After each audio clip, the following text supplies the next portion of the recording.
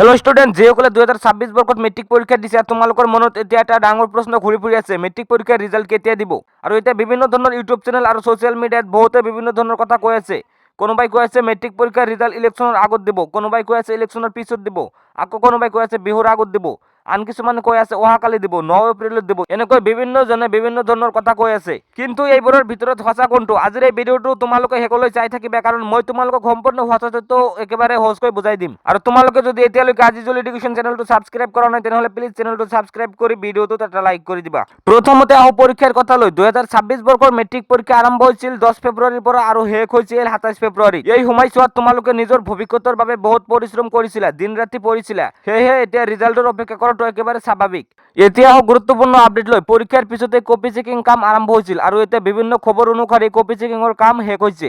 মানে ৰিজাল্ট ঘোষণা কৰাৰ বাবে একেবাৰে প্ৰস্তুতি হৈছে। এইটো ছাত্ৰ ছাত্ৰীসকলৰ বাবে এটা ভাল খবৰ। এতিয়া অলপ মন দি শুনা। এতিয়া বিভিন্ন ধৰণৰ ইউটিউব চেনেল আৰু ছ'চিয়েল মিডিয়াত যি কথা চলি আছে, মেট্ৰিক পৰীক্ষাৰ ৰিজাল্ট বিহুৰ আগতেই দিব, ইলেকশ্যনৰ আগত দিব, ইলেকশ্যনৰ পিছত দিব, অহাকালি দিব, 9 এপ্ৰিলত দিব, এইবোৰৰ এটা সঠিক নহয়। এইবোৰ বেছিভাগ ফেক নিউজ। কোনেও নাজানে কিমান তাৰিখত ৰিজাল্ট দিব। এইবোৰ আইডিয়াতহে কৈ আছে, কাৰণ এতিয়ালৈকে board of secondary education Assam সেৱাই কোনো অফিচিয়েল তাৰিখ ঘোষণা কৰাই নাই। মানে মেট্ৰিক পৰীক্ষাৰ ৰিজাল্ট বিহুৰ আগত দিব নে পিছত কনফাৰ্ম নহয়, ইলেকশ্যনৰ আগত নে পিছত কনফাৰ্ম নহয়, অহাকালি বুলি কোৱা একেবাৰে ভুল। সেয়েহে এইবোৰ দেখি ভয় নকৰিবা, নিজৰ মনটো শান্ত ৰাখা। এতিয়া আন এটা গুৰুত্বপূৰ্ণ কথা, অসমৰ শিক্ষামন্ত্ৰী কৈছে ৰিজাল্ট প্ৰকাশ কৰাৰ আগতে এখন অফিচিয়েল আপডেট দিয়া হ'ব। মানে হঠাৎ ৰিজাল্ট নিদিয়ে, আগতে নটিচ আহিব, তাৰ পিছত ৰিজাল্ট প্ৰকাশ পাব। এতিয়া আহো গুগলত দেখা তথ্য লৈ। মই নিজে চাৰ্চ কৰিলো আৰু তোমালোকে চাৰ্চ কৰিলে দেখিবা Assam SSLC result date 2026।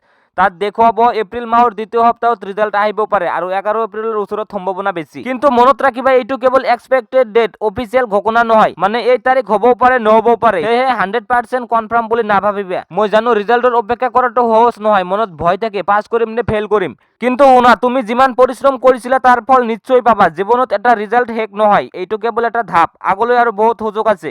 Matric পৰীক্ষাৰ ৰিজাল্ট নিদিয়ালৈকে তোমালোকে এই সময়খিনি কেনেকৈ ব্যৱহাৰ কৰিবা? তোমালোকে নতুন স্কিল শিকা, মোবাইল এডিটিং শিকা, ইউটিউব চেনেল আৰম্ভ কৰা, নিজৰ ফিউচাৰ প্লেন কৰা। আৰু তোমালোকে মেট্ৰিক পৰীক্ষা পাছ কৰাৰ পিছত কি ষ্ট্ৰীম ল'বা সেইটো চিন্তা কৰা। আৰ্টছ ল'বা নে চায়েন্স ল'বা নে কমাৰ্চ ল'বা? এটা কথা মনত ৰাখিবা, স্মাৰ্ট ষ্টুডেণ্ট সদায় আগুৱাই চিন্তা কৰে।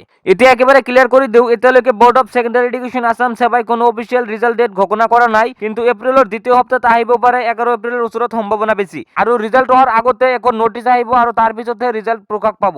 যদি তুমি সৰ্বপ্ৰথম আপডেট পাব বিচৰা, তেন্তে চেনেলটো ছাবস্ক্ৰাইব কৰি ৰাখিবা আৰু কমেণ্টত লিখা মই ৰিজাল্টৰ অপেক্ষা কৰি আছো। ধন্যবাদ সকলোৰে বাবে মোৰ আন্তৰিক শুভকামনা থাকিল। তোমালোকে সকলোৰে ৰিজাল্ট ভাল হওক আৰু জীৱনত ডাঙৰ সফলতা লাভ কৰা। এইখিনি আছিল আজিৰ ভিডিঅ'। যদি ভিডিঅ'টো ভাল লাগে তেনেহ'লে প্লিজ চেনেলটো ছাবস্ক্ৰাইব কৰি দিবা আৰু লগতে ভিডিঅ'টোত এটা লাইক কৰি দিবা।